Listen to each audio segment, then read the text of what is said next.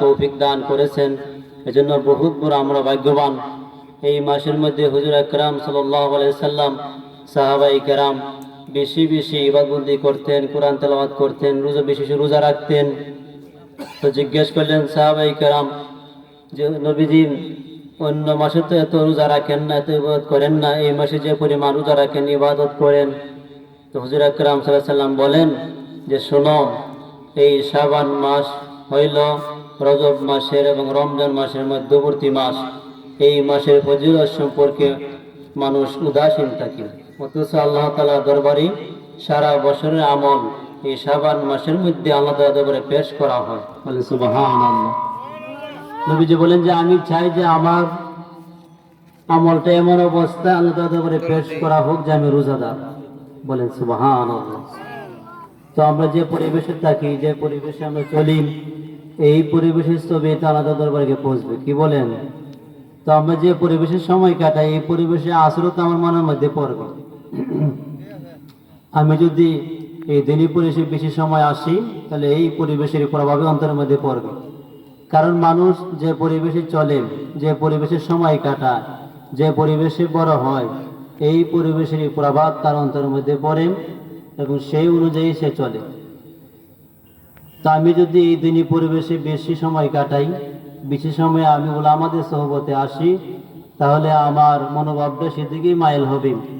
হ্যাঁ, আল্লাহ তাআলার দিকে আমার আকৃষ্ট হব, নবীর দিকে আমার মহব্বত বাড়বে। কি বলেন, বাড়বে না? আর যদি আমি এদিকে না আসি, হ্যাঁ, বাজে পথে আমি সময় কাটাই, আড্ডাতে সময় কাটাই, তাহলে তো মন শুধু আমার সেদিকেই থাকবে। এজন্য ভালো পরিবেশে আসলে আমার মনোভাব ভালো হবে, আমি ভালো হতে পারবো।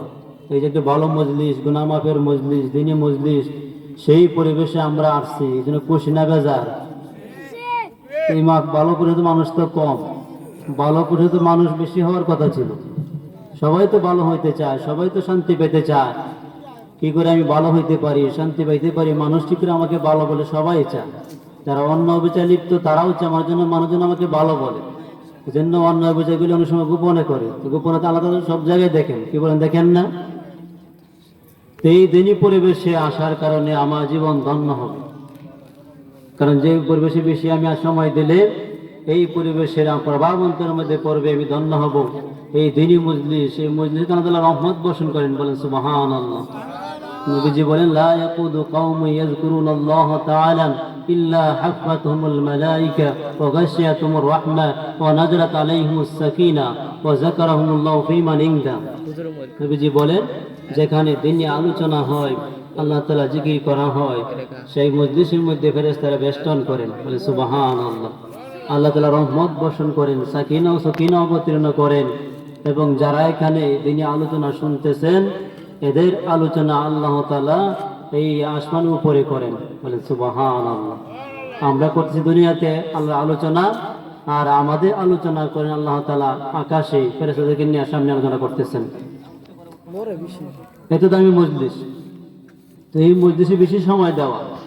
তো আজকে মাহফিলের দিন, অনেকে আমরা আড্ডাতে সময় দিব, প্রতি বছরের মতো একবার করা হয়। এই এক বছরে একবার যদি আমি পরিবেশে না আসতে পারি, তাহলে আমি কি জীবনকে ধন্য করব? এজন্য বেশি সময় দিতে হবে। শেখ সাদী রহমতুল্লাহ আলাইহি একদিন বাথরুমে গেলেন, তো সুঘ্রাণ লাগতেছে। তিনি ভাবলেন সুঘ্রাণ কেন লাগে, বাথরুমে সুঘ্রাণ আসার কথা না, দুর্গন্ধ আসার কথা। তো তিনি দেখেন যে একটা মাটির চাকার মধ্যে সুঘ্রাণ লাগতেছে। তো মাটির চাকা হাতে নিলেন, শুনলেন যে ঘ্রাণ লাগে, ভাবলেন এই মাটির চাকার সুঘ্রাণ কেমন হইলো। তো মাটির চাকা একটা সুগন্ধিত নয়, আতর তো নয়। তো মাটির জবান গলে গেছে। তুমি তো আতর না, তুমি তো সুগন্ধি নও, হ্যাঁ, তুমি তো মেশকে আম্বর নও, তুমি সুগন্ধি কেমনে হইলা? তো মাটি জবান খুলে গেল। মাটি বললো যে আমি তো মাটি, আমি তো সুগন্ধি না, আমি তো আতর না, আমি তো মেশকে আম্বর নই, কিন্তু আমি একটা ফুল গাছের নিচে ছিলাম, সুগন্ধিময় ফুল গাছের নিচে ছিলাম। সেখানে থাকার কারণে এই বৃষ্টির পানি, কুয়াশার পানি, ফুল বায়া গাছ বায়া আমার উপরে পড়ছে। এই পানি পড়তে পড়তে আমিও সুঘ্রাণ হয়ে গেছি। বলেন সুবহানাল্লাহ। যেহেতু সুগন্ধি গাছের নিচে ছিল, থাকার কারণে এই মাটিও সুগন্ধিময় হয়ে গেছে। এই জায়গায় যিনি পরিবেশ রহমত বর্ষণ হবে, জান্নাতে হাওয়া আসবে, এখানে যদি আমরা বেশি সময় দেই তো এই হাওয়া আমরা লাগবে না, কি বলেন? এই জন্য এই পরিবেশে আসার দ্বারা আমার ইমান তরতাজা হয়, ইমানই মজবুত থাকে ইমান। আর যদি আমি দিনে পরিবেশের সময় বেশি না দেই তাহলে ইমান দুর্বল হইতে থাকে। যদি আমরা এই ওয়াজগুলি শুনি উলামায়ে কেরামের জবান থেকে, এই অবশ্যই ওয়াজ শোনার দ্বারা আমার জীবন পরিবর্তন হবে, পরিবর্তন হওয়ার একটা আগ্রহ জাগবে, সাহাবায়ে কেরামের মধ্যে আগ্রহ জাগবে। হুজুর আকরাম সাল্লাল্লাহু আলাইহি ওয়াসাল্লাম দরবারে সাহাবায়ে কেরাম থাকতো, নবীর কথা শুনতেন, জান্নাতের আলোচনা শুনতেন, জাহান্নামের আলোচনা শুনতেন। তো সাহাবায়ে কেরামের মনোভাব মন হতো যে জান্নাত জাহান্নাম চোখের মধ্যে ভাসতেছে, বলেন সুবহানাল্লাহ। মনোভাব মন হইতো। যখন বাড়িতে যাইতেন কিছু পরিবর্তন হইতো। একদিন হানজালা রাদিয়াল্লাহু তাআলা আনহু তিনি নবীর দরবার থেকে বাড়িতে গেলেন, যাওয়ার পরে তিনি খুব পেরেশান হয়ে গেলেন, তিনি ভারাক্রান্ত হয়ে গেলেন, চিন্তামগ্ন হয়ে গেলেন। তো আবু বকর রাদিয়াল্লাহু তাআলা আনহু তিনি রাস্তা দিয়ে যখন যেতেছেন, হেঁটে যান, তখন হানজালা বাড়ির সামনে পড়লেন। তো তখনই হানজালা আবু বকর রাদিয়াল্লাহু আনহুকে দেখে বলতেছেন, না ফাকা হানজালা, তু না ফাকা হানজালা, হানজালা তো মুনাফিক হয়ে গেছে, হানজালা তো মুনাফিক হয়ে গেছে। তো আবু বকর রাদিয়াল্লাহু আনহু বললেন যে কারণটা কি, তুমি মুনাফিক হয়ে গেলে আলামতটা কি? মুনাফিকের তো আলামত আছে, কি আলামত আছে না? তো হানজালা রাদিয়াল্লাহু তাআলা আনহু বললেন যে নবীর দরবারে যখন আমি তাকি, জান্নাত জাহান্নামের আলোচনা যখন শুনি, তখন তো আমার মনোভাব এমন হয় যে জান্নাত জাহান্নাম চোখের মধ্যে ভাসতেছে, ইমান মজবুত থাকে। যখন আমি নবীর দরবারে বাড়িতে এসে বললাম, সংসারের কাজকর্মে লিপ্ত হয়ে গেলাম, তখন তো সেই মনোভাব যে মুসলমান করে জন্ম নিলাম, আমি মুসলমান থেকে খারেজ হয়ে যেতেছি কিনা, আমার জীবন বরবাদ হইতেছে কিনা, আমি লাঞ্ছিত অপদস্থর করে চলতেছি কিনা, এই জন্য আমরা কল্পনাও করি না। তো এই সাহাবী আবু বকর রাদিয়াল্লাহু আনহু বললেন যে হানজালা, আমারও তো এমন অবস্থা হয়, নবীর দরবারে যখন তাকি তখনই মনের ভাবে একরকম তাকি, আবার যখন বাড়িতে চলে আসি তখনই মনের ভাব আরেক রকম হয়ে যায়। তো চলো যাই, দুইজনই নবীর দরবারে যাই। তো উভয় দুইজনেই নবীর দরবারে রিসালাতে গেলেন, গিয়ে নবীজিকে জিজ্ঞেস করলেন আবু বকর রাদিয়াল্লাহু তাআলা আনহু যে হানজালা তো মুনাফিক হয়ে গেছে। তো নবীজি বললেন কারণটা কি? তো বললেন, তিনি বলতেছেন যে আপনার দরবারে যখন থাকেন তখনই মনের ভাব একরকম থাকেন, আবার যখন বাড়িতে চলে যান তখনই তার মনোভাব আরেক রকম হয়ে যায়, বেশকম হয়ে যায়। তো হুজুর আকরাম সাল্লাল্লাহু আলাইহি ওয়াসাল্লাম বললেন, শোনো, পরিবেশের বেশকমের কারণে মনের অবস্থা বেশকম হবে।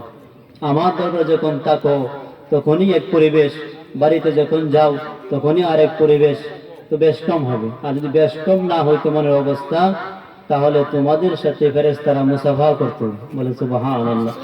কত তুমি তো ফেরেশতাই হয়ে যেতে, মানুষ তো ফেরেশতা না, পরিবেশ তো একরকম না। নবীর দরবার তো শ্রেষ্ঠ দরবার, এমন দরবার তো পৃথিবীতে নাই, কি বলেন? নবীর দরবারের দরবার তো আর পৃথিবীতে নাই।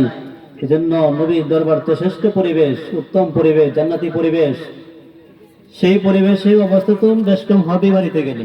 তো নবীজি বললেন, যেহেতু আমার পরিবেশ চাইরে বাড়ির পরিবেশে যাওয়ার পরে তোমার মনের মধ্যে কটকা লাগছে, এই জন্য তোমার ইমান কমে নাই, আরো তোমার ইমান স্পষ্ট হয়ে গেছে, বলেন সুবহানাল্লাহ। এই ছিল কল্পনা। এই জন্য এদের কথা শোনো, এদের পথে চলো, এদের অনুসরণ করো, তাহলে তোমরা ধন্য হয়ে যাবে, বলেন সুবহানাল্লাহ। এই জন্য কি করতে হবে? আমাদের এই ভালো পরিবেশে বেশি আসতে হবে, নেককারদের সোহবতে বেশি আসতে হবে। নেককারদের সোহবতে বেশি আসা দ্বারা আমার গুনাহের জীবন, আমার নেককার জীবন হবে, জীবন আমার ধন্য হয়ে যাবে এই পরিবেশের কারণে। কারণ এই পরিবেশে আসার দ্বারা মনে ভাব পরিবর্তন হবে, ভালো একটা চেতনা মনে জাগবে। কারণ মানুষ যখন ভালো মানুষের পরিবেশে আসা, উদাহরণ হইল আতরের দোকান। কেউ যদি আতরের দোকানে যায়, যদি আতর ক্রয় করে, তাহলে তো সুঘ্রাণ অনেক পাবে। আর যদি আতর ক্রয় নাও করে, আতরের দোকানে যাওয়ার কারণে, বসার কারণে তার নাকের মধ্যে একটা আতরের সুঘ্রাণ লাগছে কিনা বলেন? এই আতরের সুঘ্রাণ লাগার কারণে তার মনের ভিতরে একটা ভালো চেতনা জাগবে কিনা, মস্তিষ্কে ভালো একটা চেতনা জাগবে, ভালো একটা ধারণা জাগ্রত হবে, একটা সুধারণা হবে।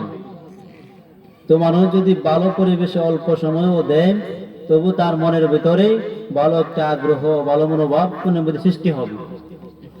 আর যদি কেউ যদি কামারের দোকানে যায়, যে দীর্ঘ সময় দেয় সেখানে, তাহলে চায়ের গন্ধ লাগবে।